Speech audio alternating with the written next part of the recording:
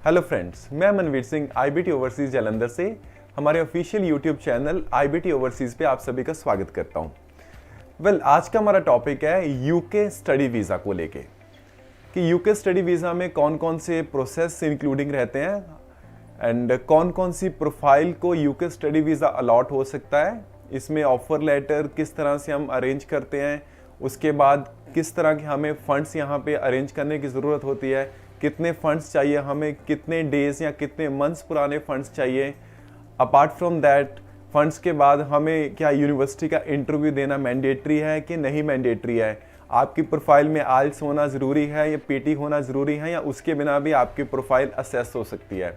आपको कितना इंश्योरेंस के लिए पे करना होगा, आपका एम्बेसी का टोटल फ़ी कितना है, कॉलेज या यूनिवर्सिटी का ट्यूशन फ़ी कितना आएगा और पूरे प्रोसेस में कितनी कॉस्ट और कितना टाइम लगेगा। ये सारी चीज़ें हम आज की इस वीडियो में कवर करेंगे। स्टार्ट करते हैं। जो हमारा सबसे पहला स्टेप होगा, as of all the countries we need to go for the offer letter. Offer letter का जो जनरल ड्यूरेशन रहता है that comes in around 1 week to 4 weeks. Generally UK के जितने भी यूनिवर्सिटीज़ हैं, पहले मैं एक चीज़ क्लियर करना चाहूँगा, यूके अगर आप स्टडी के लिए जा रहे हो तो आपको कॉलेजेस नहीं मिलेंगे और बहुत रेयर टू रेयर आपको प्राइवेट यूनिवर्सिटीज़ मिलेंगी। तो यूके के लिए अगर हमने जाना है तो हमें पब्लिक यूनिवर्सिटीज़ के साथ ही डील करना होगा। पब्लिक यूनिवर्सिटी के जो ऑफर लेटर का टाइम है that is from 1 week to 4 weeks, 7 days to 28 days। And काफ़ी सारे कंसल्टेंट ऐसे हैं जो ऑफर लेटर की फ़ी भी चार्ज करते हैं। माय डियर स्टूडेंट्स, यूके के किसी भी यूनिवर्सिटी के ऑफर लेटर का कोई भी फ़ी नहीं है। जितनी भी एप्लीकेशन प्रोसेस होती हैं उनके लिए कोई भी फ़ी नहीं रहेगा, that is completely free of cost. पहला स्टेप हमारा कवर हो गया ऑफर लेटर के लिए। देखो, ऑफर लेटर के टाइम ये भी डिसाइड करना ज़रूरी है कि हम किस कोर्स के लिए जा रहे हैं। बेसिकली जो अंडर ग्रेजुएट स्टूडेंट है वो बैचलर्स के लिए जाएंगे और यूके में जो बैचलर्स का ड्यूरेशन वो 3 ईयर्स का होगा। अगर वो ग्रेजुएट स्टूडेंट्स हैं, उन्होंने ग्रेजुएशन किया हुआ है, तो सारे ग्रेजुएट स्टूडेंट हमारे मास्टर्स के लिए जाएंगे और मास्टर का ड्यूरेशन रहेगा वो हमारा 2 ईयर्स का रहेगा। Basically that is the PG course. ये हमारा डिसाइड हो गया कि हमने किस यूनिवर्सिटी में जाना है। उसके बाद हमारा जो कोर्स है वो कौन सा होगा।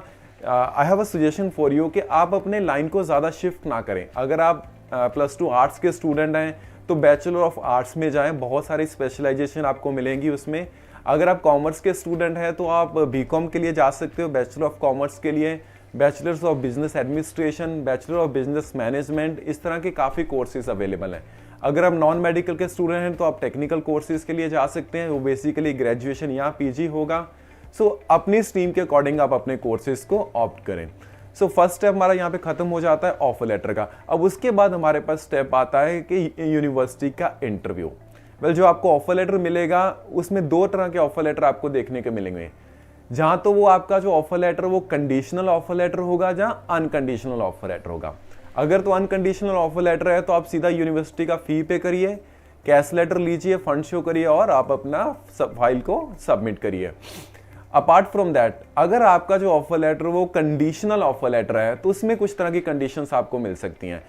उसमें जो पहली कंडीशंस होगी कि आपको यूनिवर्सिटी का इंटरव्यू देना होगा। दूसरी कंडीशन क्या हो सकती है उसमें कि आपको किसी ना किसी तरह का अपना इंग्लिश का टेस्ट वहाँ पे प्रोड्यूस करना पड़ सकता है कि मैंने इंग्लिश का कोई टेस्ट दिया, या कोई मैंने और भी कोर्स इसके साथ किया हुआ है।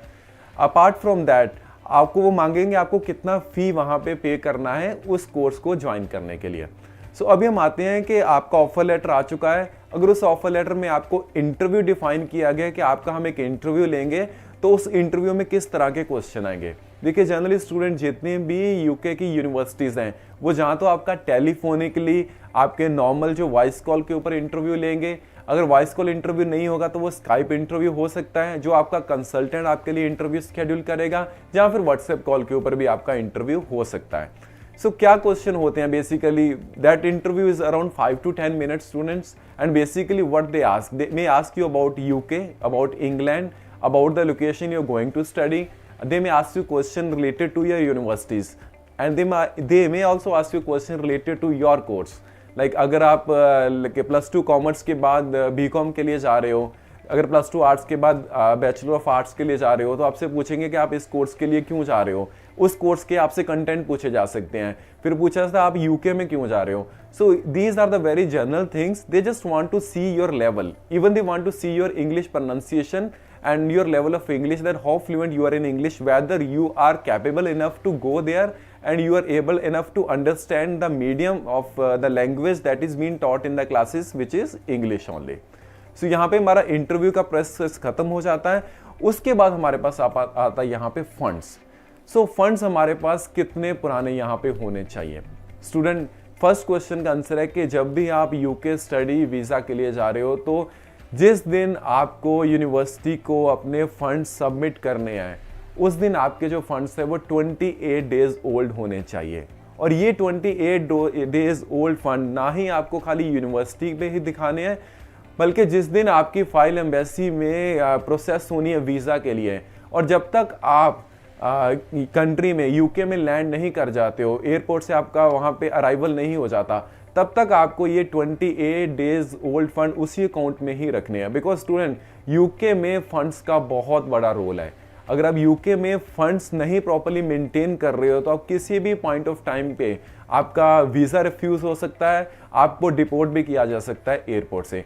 सो अब यहाँ पे इंपॉर्टेंट है कि हमें कितना फंड दिखाना है। वेल, अगर फंड्स की यहाँ पे बात करें तो अगर आप इनर लंदन के लिए जा रहे हो तो इसमें इन्होंने डिफाइन किया है कि 1334 यूके पाउंड आपको मेंटेन करना है इनटू 9, मतलब वो 9 मंथ का लिविंग कॉस्ट आपसे डिमांड करेंगे। अगर आप 1334 को 9 से मल्टीप्लाई करोगे तो हमारा यहाँ पे बनेगा 12,006 पाउंड। इतने फंड्स आपको 28 डेज ओल्ड दिखाने हैं। अगर इसको करेंसी कन्वर्जन के हिसाब से देखें तो यूके पाउंड का जो प्राइस है, दैट इज जो यूके पाउंड का रेट है, that is around 100 Indian rupees. तो ये आपका बनेगा अराउंड 12 लाख के करीब। और अगर दूसरी साइड हम जाए outer London, because inner London is somehow expensive than outer London, because inner London हमारा सिटी अर्बन एरिया है और आउटर लंदन हमारा थोड़ा सा नॉन अर्बन रूरल एरिया है। तो वहां पे आपको दिखाना पड़ेगा 1043 यूके पाउंड फॉर 9 मंथ्स। तो आपका ये पूरा 1 साल का जो यहाँ पे फंड बनेगा, well that comes around 9207 UK pound. Apart from them that, अगर आप अपने स्पाउस को साथ में लेके चल रहे हो तो स्पाउस के भी आपको फंड्स अलग से दिखाने होंगे। अगर आप इनर लंदन के लिए जा रहे हो तो स्पाउस के लिए आपको 7605 यूके पाउंड साथ में लेके चलने पड़ेंगे, जो आपको 28 डेज ओल्ड फंड स्टेटमेंट आपको दिखाना होगा। और दूसरा, आपको आउटर लंदन के लिए अगर आप जा रहे हो तो वो आपका बनेगा 6120 यूके पाउंड। अब स्टूडेंट, यहाँ पे बहुत ज़रूरी है समझना कि फंड्स हमें कैसे दिखाने हैं। क्या उन फंड्स को हम सेविंग अकाउंट में दिखाएं, क्या उन फंड्स को हम फिक्स डिपॉजिट में दिखाएं, या वो फंड हम किसी और लोन लेटर के थ्रू दिखा सकते हैं। देखो, कोई भी मीडियम गलत नहीं है। अगर आपके पास सेविंग अकाउंट में फंड्स हैं तो आप सेविंग अकाउंट की स्टेटमेंट लगाएं जब आप फाइल प्रोसेस कर रहे हैं, फाइल अब अपनी सबमिट कर रहे हो। अलॉन्ग विद दैट आपको एक बैंक सर्टिफिकेट चाहिए होगा बैंक मैनेजर की तरफ से कि ये वाले जो फंड्स आपके अकाउंट में 12 लाख हैं या फिर आपके अकाउंट में 9 साढ़े 9 लाख जो भी रिक्वायर्ड फंड्स हैं, वो फंड आपके 28 डेज ओल्ड हैं एंड वो आपके जेन्युइन फंड्स हैं। ये एक सर्टिफिकेट स्टेटमेंट बैंक मैनेजर की तरफ से आपको देना होगा जो आपकी फाइल के साथ वहां पे अपलोड होगा। सो 28 days old fund inner London के लिए अलग कंडीशंस हैं, आउटर लंदन के लिए अलग कंडीशंस हैं। सो आई थिंक फंड्स का हमें समझ आ गया होगा। अब तक हम ऑफर लेटर रिसीव कर चुके हैं, उसके ऊपर दी हुई कंडीशंस को हम फुलफिल कर चुके हैं। अगर इंटरव्यू है तो इंटरव्यू को हम क्लियर कर चुके हैं, फंड्स को हम यहाँ पे मेंटेन कर चुके हैं। अब उसके बाद आता है हमारा टर्म जब हमें यूनिवर्सिटी से क्लीन चिट मिल जाती है कि हाँ, हम आपका कैश लेटर इशू कर रहे हैं। Well, that is confirmation of admission for studies in UK. जैसे आपका कैश लेटर आपको कंफर्मेशन दे देता है कि हम आपको कैश लेटर इशू करेंगे, आप इसके लिए अपनी जो ट्यूशन फी है वो आप सबमिट करें, हमें डिपॉजिट करें। जो आपको ऑफर लेटर मिलेगा उस ऑफर लेटर के ऊपर मेंशन किया होगा कि आपको 6 मंथ का फी सब डिपॉजिट करना है या आपको 1 ईयर का फी डिपॉजिट करना है। यूजली जितने भी यूनिवर्सिटीज हैं यूके में, वो अभी के लिए जो बेस्ट चांसेस वीज़ा के लेके चले हम तो 1 ईयर का ट्यूशन फी आपसे डिमांड करते हैं। बिकॉज लास्ट 2-3 ईयर्स में देखा गया स्टूडेंट यूके चले जाते हैं 6 मंथ का फी पे करने, और फी पे करने के बाद वहाँ पे स्टडीज़ नहीं करते हैं। कुछ स्टूडेंट जाते हैं यहाँ से बट वहाँ पे यूनिवर्सिटीज़ में पहुँचते ही नहीं है। तो उसके चलते यूनिवर्सिटीज़ ने अब ये काफ़ी हद तक, बहुत सारी यूनिवर्सिटीज़ ने ये यहाँ पे डिसाइड किया है कि हम जो आपके यूके के जो लाइक आपका जो फ़ी है वो 1 साल का ही लेके चलेंगे। तो इसके बाद आपको यूके का जो यूनिवर्सिटी का आपका फ़ी है वो डिपॉजिट करना है, वो आपके ऑफर लेटर के ऊपर मेंशन होगा। पे कैसे करना है उसका पूरे का पूरा प्रोसीजर आपके ऑफर लेटर के ऊपर मेंशन होगा कि आपको उनके अकाउंट में डालना है या आपको किसी थर्ड एजेंसी के थ्रू उनको फ़ी पे करना है। सो बात करते हैं यूनिवर्सिटी का जो आपका कोर्स है उसका फ़ी कितना आएगा। स्टूडेंट, ये फ़ी आपका 2-3 फैक्टर्स के ऊपर डिपेंड करेगा। पहला कि आप यूनिवर्सिटी किस तरह की ले रहे हो, दूसरा आपका लोकेशन कैसा है यूनिवर्सिटी का। अगर वो इनर लंदन का लोकेशन है तो डेफिनेटली थोड़ा सा यूनिवर्सिटी का फ़ी हाई होगा। और थर्ड हमारे पास रहता है कि आपका प्रोग्राम कैसा है। अगर आपका थोड़ा सा टेक्निकल प्रोग्राम है, यहाँ पे कंप्यूटर का यूज़ काफ़ी है, अगर आपका मेडिकल कोर्स है तो ऐसे कोर्सेज का फ़ी थोड़ा सा हाई रहता है वाइल कंपेयरिंग टू जो हमारे ह्यूमैनिटीज़ के आर्ट्स के कोर्सेज होते हैं और while comparing to commerce course. अब देखिए फीस जनरली होता कितना है। यूजली यूके की सभी यूनिवर्सिटी का फीस 10,000 यूके पाउंड से स्टार्ट होके 14 या 15,000 पाउंड तक चला जाता है। सो मान के चलो इंडियन करेंसी में आपका जो 1 साल का फी रहेगा, well that will come in around 10 lakhs to 14 और 15 lakhs।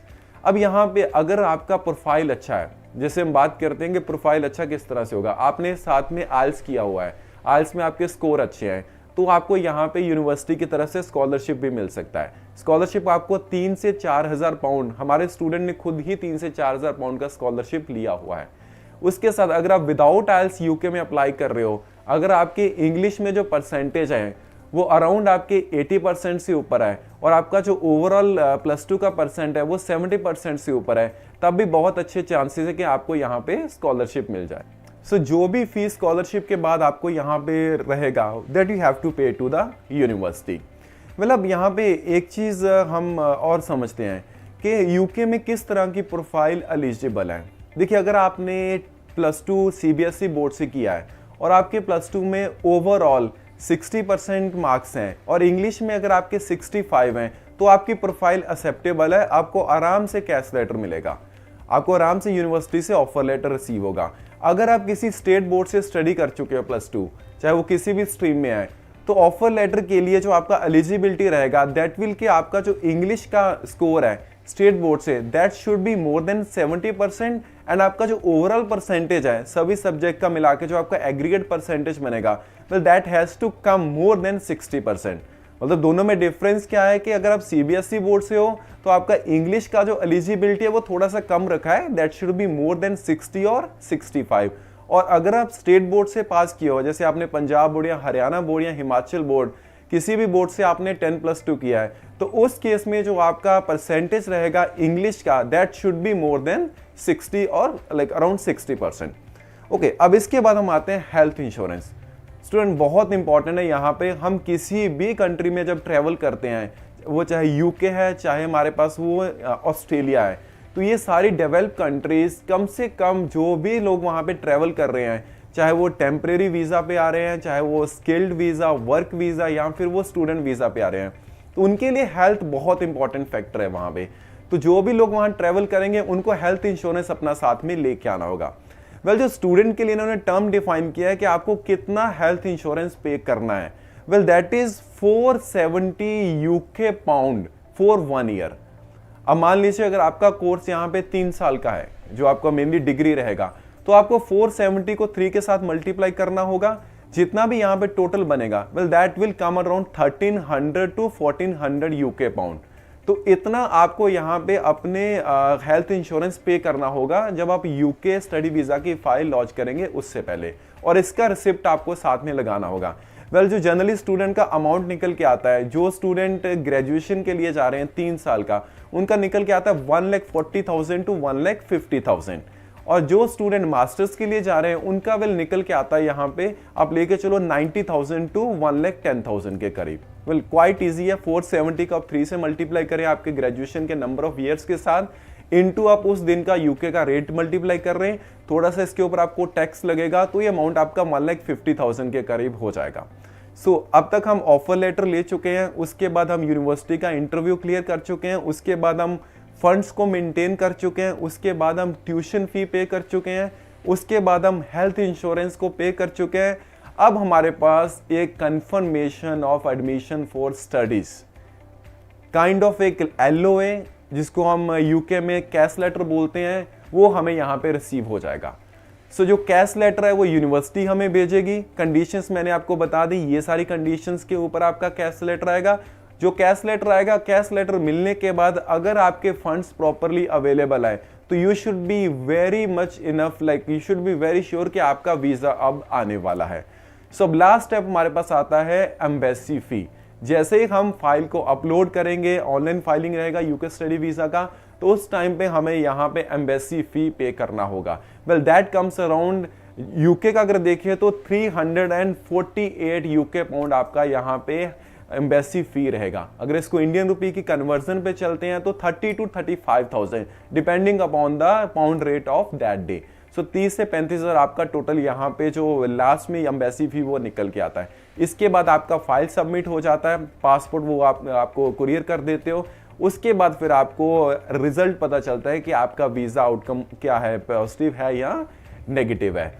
सो स्टूडेंट, ये हमारा था टोटल प्रोसेस। अब अगर कॉस्ट लेके चले तो पूरा यूके स्टडी वीजा का कॉस्ट कितना होगा, तो आप अप्रोक्सीमेटली लेके चल सकते हो। अगर आप 1 साल का फी पे कर रहे हो तो ये आपका कॉस्ट बनेगा 12 से लेके 14 लाख, और अगर आप 6 मंथ का फी पे कर रहे हो तो वो बनेगा आपका 8 लाख से लेके 10 लाख।